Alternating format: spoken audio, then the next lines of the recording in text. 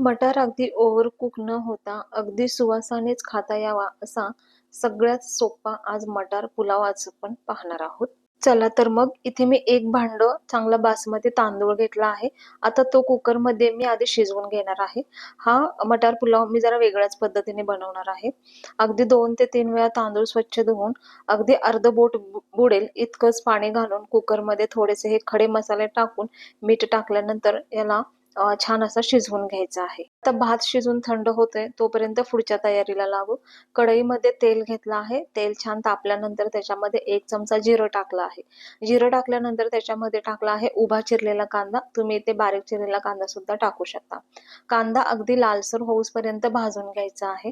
कांदा टाकल्यानंतर इथे मी 2 हिरव्या मिरच्या उभ्या चिरून घेतलेल्या आहेत आणि अद्रक लसूणची पेस्ट सुद्धा यामध्ये टाकली आहे.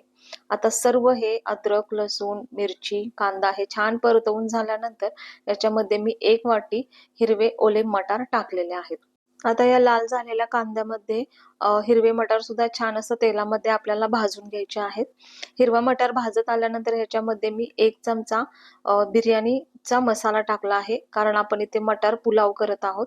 तर 1 चमचा मी इथे पुलाव मसाला टाकलेला आहे. आता ह्याच्यानंतर हा शिजवून घेतलेला भात थोडासा गरमच आहे. तुम्ही पूर्णपणे थंड करून घेऊ शकता.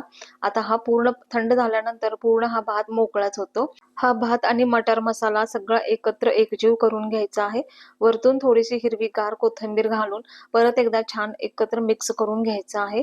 कुकरमध्ये भात आणि मटार शिजवून घेत असताना मटार जास्तच ओव्हरकुक होतात आणि ते खायला चांगले लागत नाहीत. म्हणून मी इथं थोडीशी वेगळी पद्धत म्हणजेच मटार आणि भात वेगळा शिजवून घेतलेला आहे. आणि हा आपला तयार झाला आहे मटार पुलाव. हा पुलाव तुम्ही कोशिंबीर, रायता किंवा कोणत्याही प्रकारचं लोणचं असू दे त्याच्यासोबत खायला खूप छान लागतो. हा तुम्ही नक्की ट्राय करा. बाजारात हिरवे मटार खूप छान आलेले आहेत.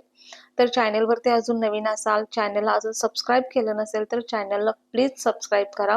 येणाऱ्या रेसिपींना लाईक करा, शेअर करा आणि कमेंट जरूर करा. तोपर्यंत स्वस्त खा, मस्त रहा. धन्यवाद.